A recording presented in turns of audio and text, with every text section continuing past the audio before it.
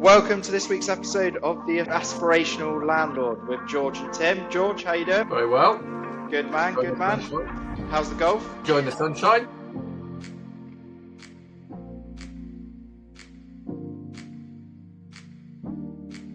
We've got two headlines to talk about this week, and then we're going to do George's market predictions, as you promised to do each week. First industry headline we're going to talk about is in Landlords Day. There's an article, government claims reforms will boost economy by billions. So what they're talking about is the planning and infrastructure bill's impact assessment, which was published yesterday by the government, and it could benefit the economy by up to 7.5 billion over the next 10 years. This is the government trying to make a dent in the housing crisis. So I suppose, George, what are your thoughts on this, please, sir? It's interesting the way they would do that, the narrative of how they present it, which is they're going to increase the benefits of reforming these planning areas in a way that will make a big boost to the economy and growth. But the reality is that all these issues were implemented by previous governments. Ultimately, they're fixing something that they created, which comes to the nub of the problem.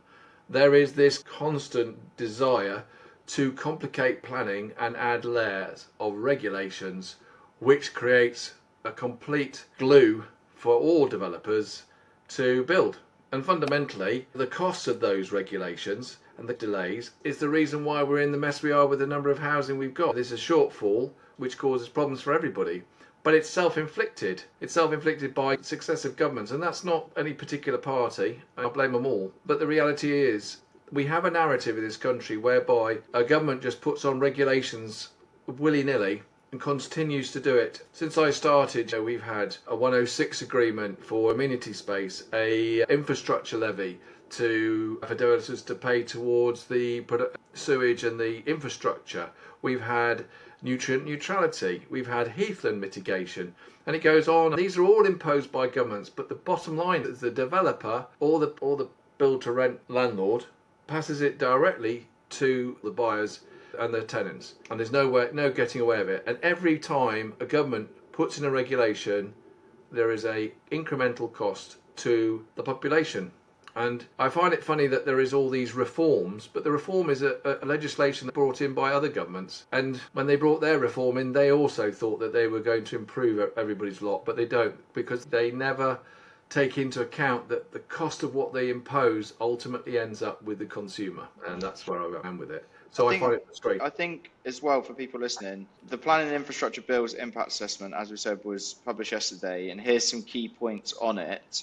It's not just it's major infrastructure, so critical infrastructure, and reforms to the planning process for national house builders and SME house builders as well. You've got AI to break down the summary, which I'll show on the screen. There's a focus on improved planning certainty. The bill intends to improve certainty and decision making in the planning process. Then you've got pre-application streamlining. Recent amendments are expected to further streamline the pre-application stage, but this is for critical infrastructure. The bill facilitates a more strategic and joint approach to environmental mitigation. The key themes of this are major infrastructure. There's a lot of emphasis on environment, which is basically what you're saying there, isn't it, George? If you keep adding all of these regulations, ultimately just gets passed on, doesn't it? So they're trying to free up the system, but they're also adding to the system by adding more environmental things to focus on. What they can get to as an analogy is it's like someone to go into buying a motor car and they say, oh, we've got a nice car, it's a family car, it's a saloon, it'll take you and your two children wherever you want to go. And you go, great, how much is that? And they say, it's X thousand pounds. You go, great. You say, but you've also got to pay an environmental tax, you've got to pay this tax, and you've got to take on this option and this option. And you get to the end, you go, so how much is the car now then? It's £40,000. And you go, what? Oh, and by the way, you'll have to wait 8 months before it comes because we just can't keep up. And so you're feeling incredibly frustrated because people are making decisions about the environment, about everything, and everybody sits in the same place. Someone says, oh, I've got a great idea that helps bat populations, and everyone goes, oh, we'll all love to help the bat population. And then someone says, oh, but when you buy a house you need to pay £500 for that purpose. And there we go, I don't like them that much, But what they do is they go, it's okay, you don't have to pay it, the developer pays it. And we are naive individuals if we honestly believe that £500 disappears. If you went into a shop and you pay VAT at 20%, and someone came along and said, we've got an environmental tax of 10% on top, you're naive to think that all of the people will just say, oh, it's all right, we'll pay the 10%, but we'll charge you the same. It's like this raging thing about tariffs. It gets passed on, and it has been relentlessly.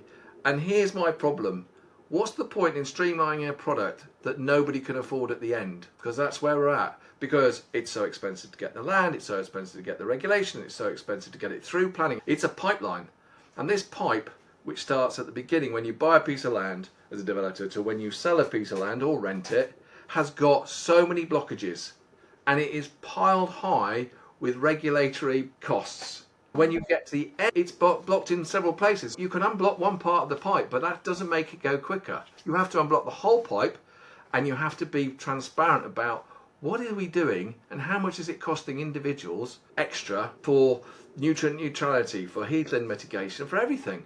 That's just the price of why houses are going up, because only a certain amount of houses fall into a profitable build phase. If I build this house, I'll make sufficient profit, which I can therefore carry on. If I build this property, I can't make any money on it, so I won't build it. That is the problem. So when people say, well, there's not enough building, developers are land hoarding, they're just being commercial. We get down to a very simple point, which is supply and demand. The problem is the supply is poor and the demand is high, whether it be renting or buying. And I would put that down at the door of regulation and planning delays.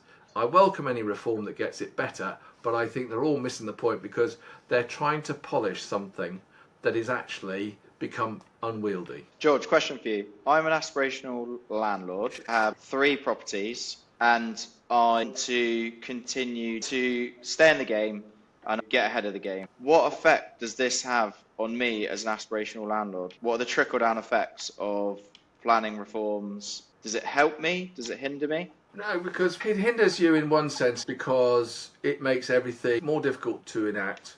It makes things slower to enact. It increases the risk you take. But all of these things are mitigated by what you sell your product for, your property that you're selling, or what you're going to rent it out. Because you're just carrying out you're just the man in the middle as an aspirational landlord. I don't think it affects you as much as you think, but it does affect everybody at the end, which is the tenant or the buyer, because they're paying more than they should. And I think that should concern everybody, that the affordability that a tenant might have over their rent relative to what they earn cannot keep on becoming less and less. We have to have affordable housing, whether it is to sell or rent. It is no good to anybody. And even though you could make 20%, I still think that's something that won't affect, in one sense, from a commercial point of view, but it does affect us because it affects the ability for people to rent and buy. A lack of supply is killing a part of the population's ability to either buy a property or rent, and that's not good, because ultimately the market is, how do I put it, it's diseased, because not everybody wants to buy a house can buy a house. Not everybody wants to rent can rent properties they want to rent, and so that can't be good for any business. It's an unusual situation. There are very few industries whereby people are wanting to buy product, but they literally cannot buy it at a price that they can afford. Which they really want. It's a product in high demand, isn't it? So if we take the hospitality industry, the hospitality industry has to provide a service that people can afford. You can't, the idea of pricing people out of the market, as it happens in rental and in developing, I think is of deep concern for everybody.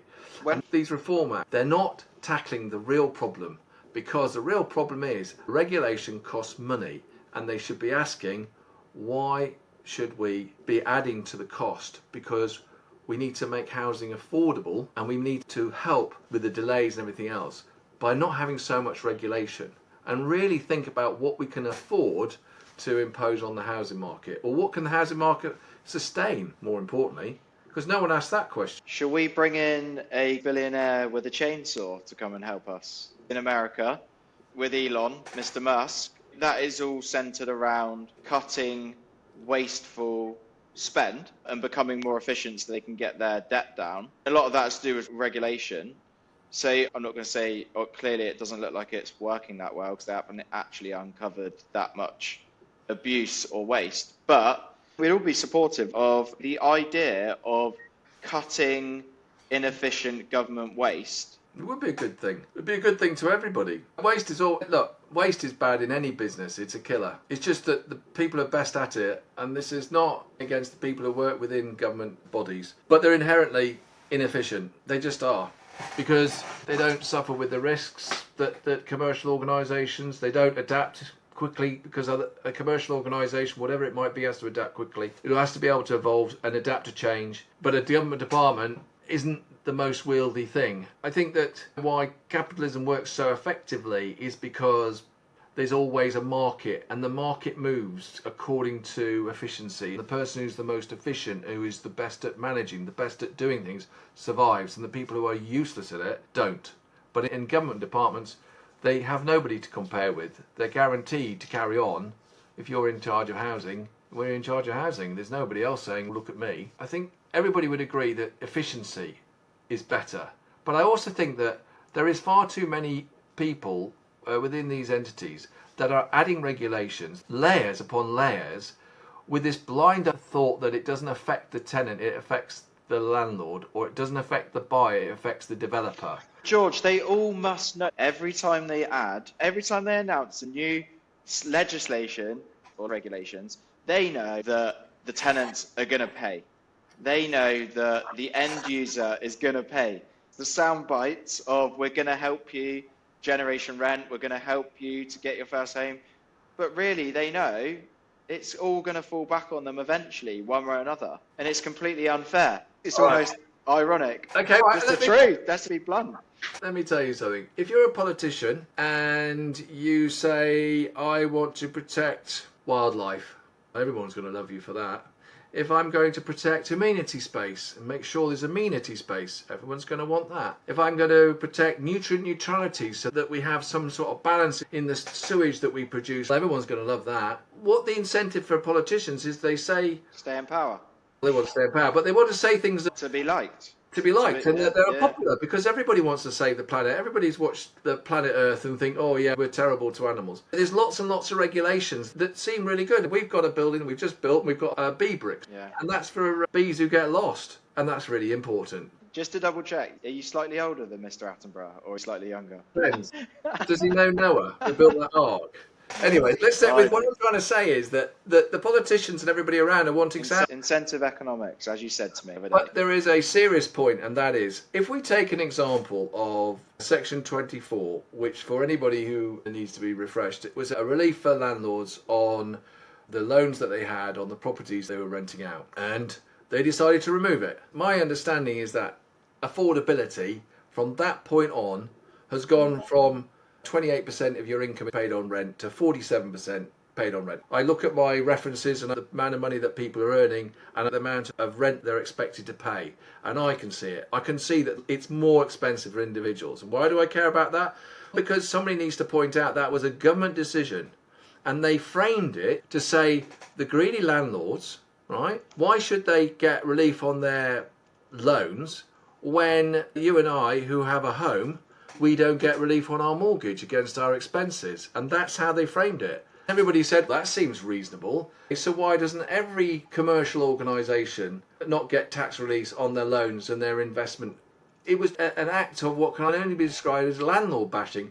But there is a narrative, and that is landlords are greedy, developers are greedy. And everybody thought that's a soundbite everyone's going to be popular with, because no one likes landlords or developers because they're so greedy. And that's why our rents are so high. And people probably sits there today, look at the rents and think it must be because of greedy landlords. Greed doesn't come into the market. The market finds its level according to what somebody is willing to do, competing with someone else. But it starts to misfunction when there is no supply. And then you have 10 people wanting to rent one property, and your agent says you can get 20% more on this property now it's available because we've got 10 people who want it. And that's the highest price. And you go, okay, I'll take that. Maybe I shouldn't, but that's a reflection of the supply-demand ratio. So going back, that's a decision made by government, and you're saying, oh, but they should have seen that coming. They didn't. We'll move on to the next headline. The second headline we've got for today is the Times reporting UK wage growth slows and unemployment rates rise. The reason I thought it was interesting was we were talking the other day about the rent, so wage inflation hasn't kept up with rental inflation, and that's an understatement. So what are your thoughts on that, George? Just to give you some stats as well. The rents in our local area, so Bournemouth, went up 10% last year alone. What are your thoughts? You reap what you sow. Overtax your employers with you increase your national insurance contributions by employers and you expect them to absorb it. You add layers and layers of regulation, you expect them to absorb it. You create a financial environment whereby if anybody wants to borrow money, they have to go through so many hoops, it takes so long. And the FCA, for instance, has just put a load of regulations. The cost to do business now is higher than it's ever been, in my opinion. Everything takes time. You have to go through. It's double checked, triple checked. It's really hard. I can understand that wages have gone down because it's just getting harder and rents are going up. There is this massive amount of regulation, massive amount of things that slow it down, that clog up the system. Getting a loan these days to invest in a development project to build is much, much harder than it was 5 years ago. You have to go through 10 more hoops and you have to wait 10 times as long because the due diligence, anti-money laundering and everything else that's been layered on, and that's fine, but if the UK was a patient, it would be constipated with regulation and someone needs to come along with a laxative. Do you think there was any pivotal moments in the last few years that had a massive effect on rental inflation, tenants? Section 24 had a massive impact because the government, I'd love to know what the tax receipts were from landlords for that period, for the first 5 to 10 years, how much it went up. They never publish it, but rent is paid by tenants, and that rent was increased to offset the impact of tax. Now, people won't like that idea, but that's the reality.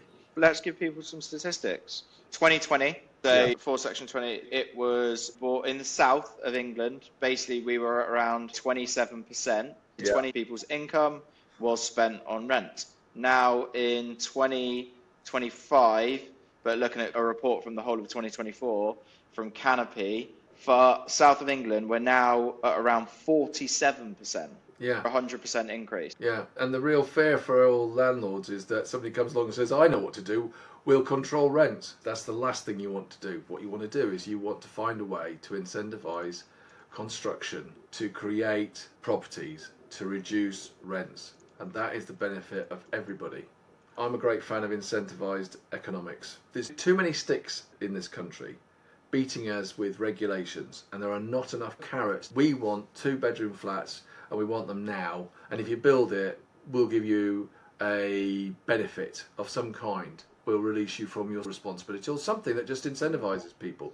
Because people ultimately work better from incentives than they do from a stick. That's really interesting, and that's been proven over and over again. Fear is almost, you get pain instantly, but it goes away quickly as well. Whereas encouragement is just reinforcing, isn't it? George, you touched on the rent controls. I just had a quick look.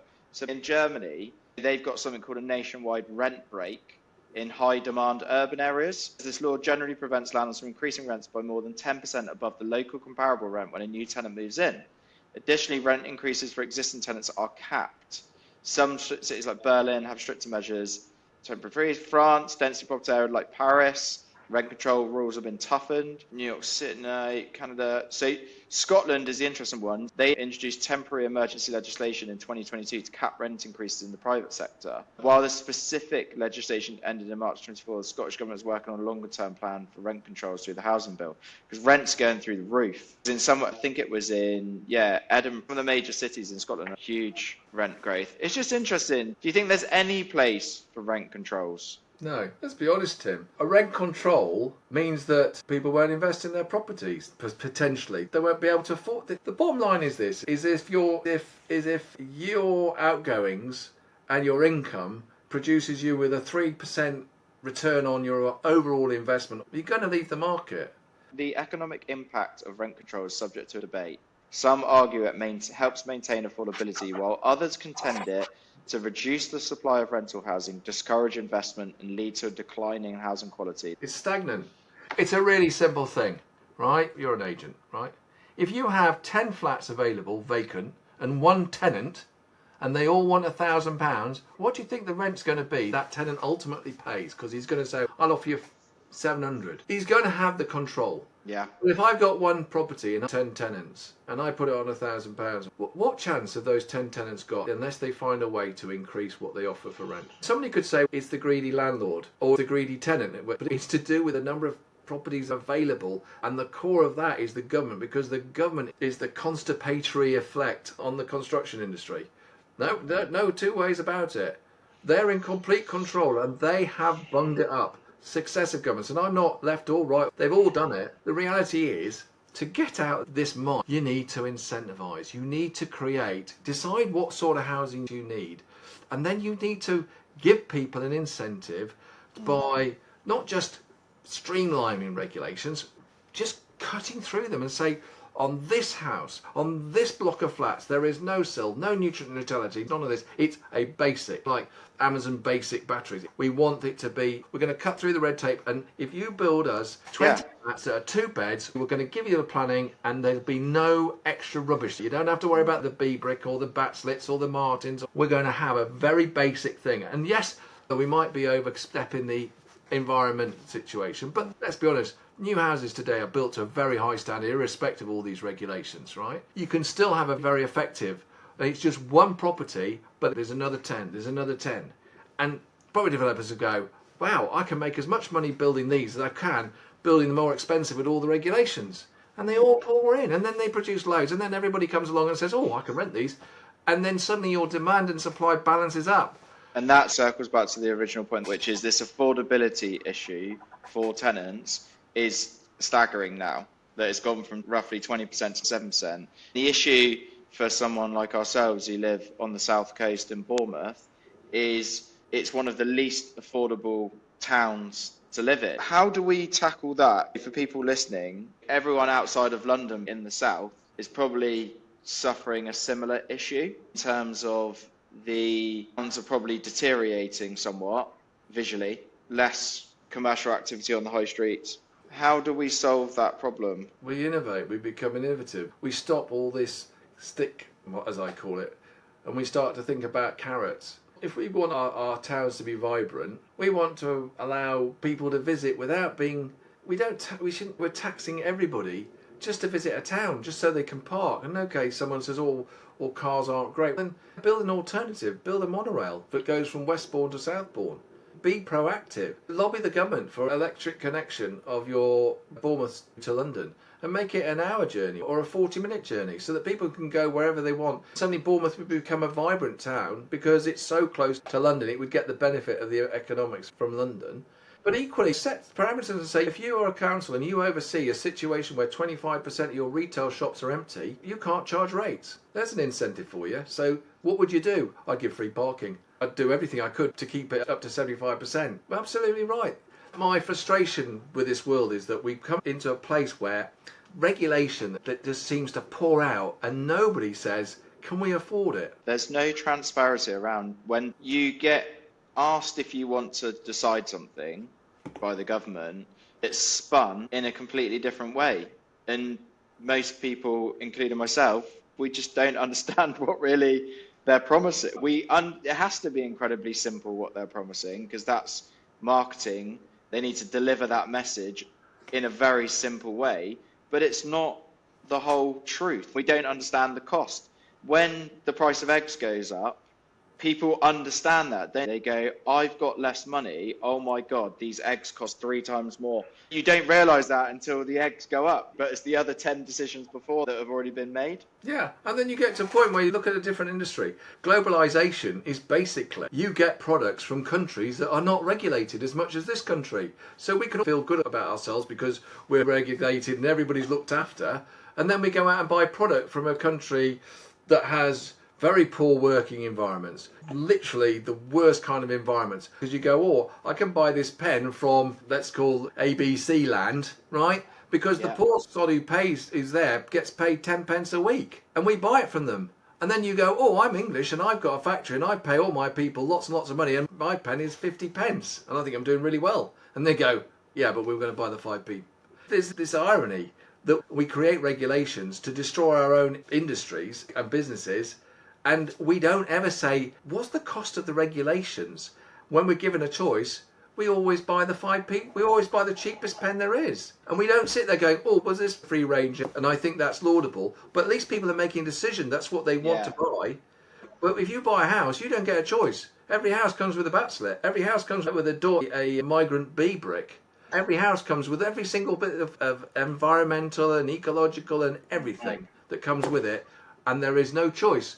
And the government says, you shouldn't have a choice. You should buy into all this. You can't polish a turd. You just need to restart and say, I want to go away and you're going to work out how much it costs. We're going to work out what a basic house should be without any environmental stuff like that, that is good to the environment but not too, doesn't tick every single box, and what we think is affordable. And then we're going to incentivise people and say, you can build this because these are allowed to be built.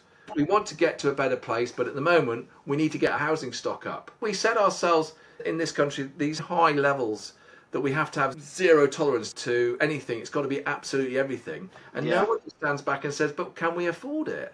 But that's business for you, isn't it? I suppose it's nuanced. It's 1,000 little things that you do to provide something. But with government, it's yes or no, black and white, and they don't understand the nuance in a decision or the effects. Let's take a business as a good example. A business will go out, buy an empty property in the town centre. They will spend thousands of pounds doing it up for their purpose. Let's say it's a restaurant, pub restaurant. They'll spend thousands and thousands of pounds, employ loads and loads of people to turn this shell of a property into the most amazing place to come. They do it on the basis that it's so good, lots of people are going to use it, and they are therefore going to repay their original investment. What they don't do is that the first person who comes through the door doesn't get given a tax and say, if you want to come in here, you've got to pay us £100 towards the refurbishment of this property. And that's the difference between government and commercial. So what the government says is, so what the council's saying to you, you can build 1,000 houses, but you're going to pay for all the infrastructure, for everything first as well. And you're going, surely if we're building all these houses, then aren't we bringing in loads and loads of prosperity to the town centre, which means that your commercial entities in the town centre, your shops, everything benefits by the fact that the population's increased, and that you have this positive effect because you're bringing in 1,000 families that are spending money in the local population. And therefore, why can't you do that? Oh, because we have to price it in first. But that's a different story. Craziness. Okay, George, we need to get a prediction from you, my friend. What do you think is going to happen to wages in the short to medium term in our country? Or in Bournemouth, for example? I don't think it looks good. I think that will tenants and people buying and the ability to buy on the property ladder, will they be in a better place this time after all these, the Reform Act and the Reform Act that they're bringing in for planning? I will tell you that absolutely not. And there will be a breaking point in this country whereby people just goes, I'd hate to look at America and say that's a good example, but there is a breaking point where we will elect somebody who just goes, here's your laxative. Yeah, fuck it, I'm ripping everything apart. The problem with laxative is not only do the blockages come out, everything goes through. So it's not an ideal situation, but we'll become exasperated. I watch the young people and think, how do you put up with this rubbish? You are being expected to pay for all these regulations, and you don't even, you can't see it. Just to leave on a note, so let's supposing you're an average tenant and you're on say £25,000 a year, which is before tax. So you pay the government 20%. Yeah. So you're paying £5,000 in tax. Maybe that's a bit high. Apologies. Yeah. Right, £5,000 in tax. That gives you 20,000. You pay your landlord £1,200. Oh, greedy landlord. So put that to 100. So £12,000 a year, which leaves you £8,000 to live off. But remember, £12,000 that you're paying to your landlord, another 20% of that is going to the government. You're paying a lot of money to the government, and in return, they're regulating the country out to the point that everything costs you more than it ever did because you're paying for the regulations, and you don't have the ability to go to cheap land to buy a property where regulation is less and the price of property is low. Do you know what, George? Education, opportunity, aspiration is important, and it's going to be more important as we go on. But if you make the point of entry to being a landlord, to being anybody commercial, Unattain- and unobtainable through the fact of regulation, through the difficulty of the planning process, through whatever way you do. The people who are ultimately losing out are the aspirational people in this country who want to better themselves, who want to make it a better place. And nobody should sit by and be comfortable with a situation whereby, with the current market, the current situation. And I am a landlord, sitting from a landlord's point of view, and someone said, well, that doesn't make sense because, George, you're making money, whatever. And I'm going, yeah, but it's wrong. It's just wrong. I think that if the cost to me was 800 and the cost to the tenant was 1,000, or the cost to me was 1,800 and the cost to a tenant was 2,000, on the first. And this is my point, because the 200 always stays constant. 20% is generally what people aspire to make in a commercial venture. I'm not saying that's necessarily what is in property. It's a lot lower, in fact. People's yield on what the property's worth and what they've invested in it is about 7%. But it doesn't matter what that margin is. If you're paying twice as much for a property, because the cost of buying a property to invest as a landlord is twice as much, then you're going to need a high yield. And that suits nobody. It just suits nobody. I think we'll wrap up there, George. Okay. So thanks very much for listening, and I hope you join us for the next episode.